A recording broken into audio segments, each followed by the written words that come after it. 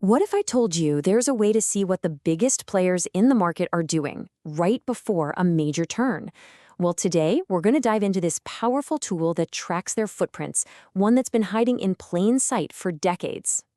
Okay, so to really get why this matters, let's just imagine something for a second. Picture this. It's the end of 2025. Silver has had an absolutely historic year, and retail sentiment is just electric. Surveys are popping up everywhere, and a clear majority of people think silver is headed for triple digits.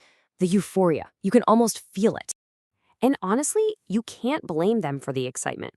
I mean, in this scenario, by late December 2025, silver has rocketed up over 120% for the year. That is a staggering return. It would be, without a doubt, one of the best performing assets on the entire planet. But here's the big question, the central mystery of this whole explainer. While the crowd was piling in, who was quietly cashing out? A very different story was unfolding behind the scenes. So, how do we find out what was really going on? All right, so first, let's set the scene for this case study. This hypothetical 2025 silver rally, it was a total perfect storm. You had a mix of supply shortages, a weakening US dollar, and that combination just captured global attention and sent the price absolutely parabolic. And the specifics here are pretty wild. In this scenario, silver didn't just rally, it shattered records. Think about it. It breaks that key $50 psychological level for the first time in years. Then the momentum just goes into overdrive, surging past $77 an ounce. And it wasn't just silver. Gold and platinum were also hitting new highs. It was a full-blown rush into hard assets. So, back to our mystery. Who was cashing out? Well, the key, believe it or not, is a weekly intelligence report published by the US government. And this report, it gives us a rare window into the hidden world of strategic capital flows.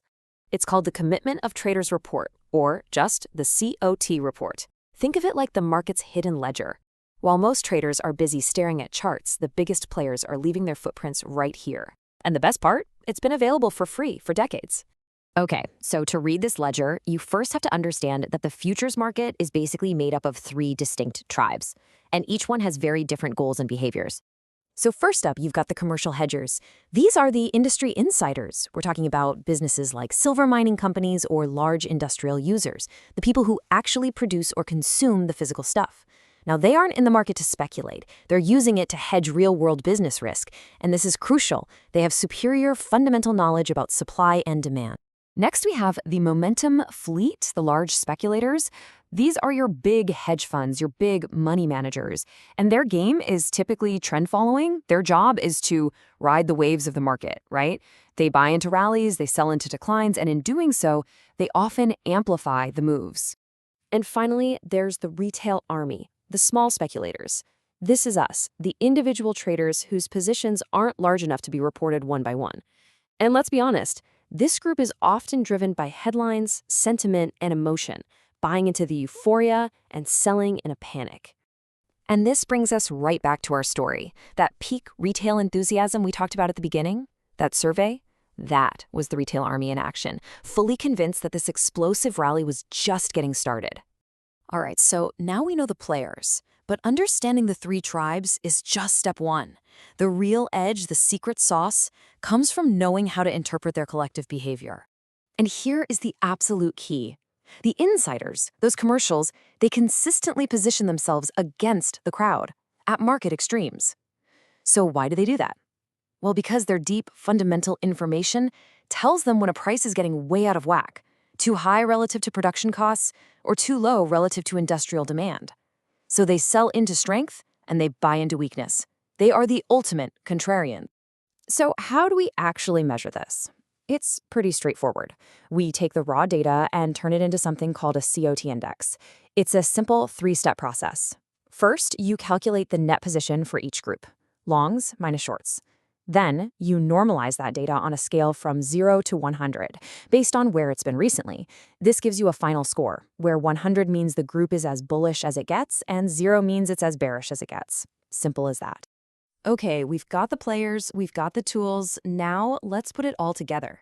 Let's solve the mystery of our 2025 silver rally and see exactly what the smart money was doing right at the peak of the mania. So as silver's price was going parabolic, what do you think happened?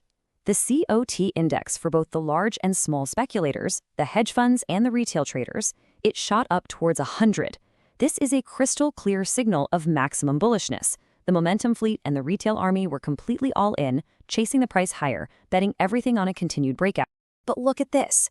At the exact same time, the commercial hedgers index was doing the opposite. It was plunging towards zero. That's a signal of maximum bearishness. The insiders, the miners, the industrial users, they were aggressively selling into that rally, locking in prices that they clearly viewed as unsustainably high. And folks, this is the ultimate warning sign. When you see this massive divergence, speculators at one extreme, commercials at the complete opposite, it's the classic signal that a trade has become dangerously overcrowded. It means the risk of a major reversal is extremely high. And this really just drives the point home. Look at the difference in expectations. You had retail traders forecasting prices way over $100 an ounce. Meanwhile, the major institutions, they were looking for a big pullback, with forecasts averaging in the mid-50s or even lower. The smart money, well, they just weren't buying the hype. So what is the big takeaway here? What do you do with this information? Well, the COT report isn't a crystal ball. It's not going to tell you the future, but it is an incredibly powerful compass for navigating market sentiment. So here are the crucial things you have to remember. First, it's a compass, not a GPS. It helps you identify market seasons and sentiment extremes, but it offers zero precision timing. That means patience is absolutely everything, because these extreme readings can last for weeks, even months. It's all about thinking and probabilities, and always looking for that powerful diversion signal we just saw. You know, this quote really just sums it all up perfectly. Success with this kind of analysis comes down to three things: patience, discipline with your position sizing, and being okay with being early. You're not chasing the latest headline. You're positioning yourself based on deep market structure. Look, every single Friday afternoon, this data gets released to the public. The institutional footprints are laid bare for anyone who wants to look.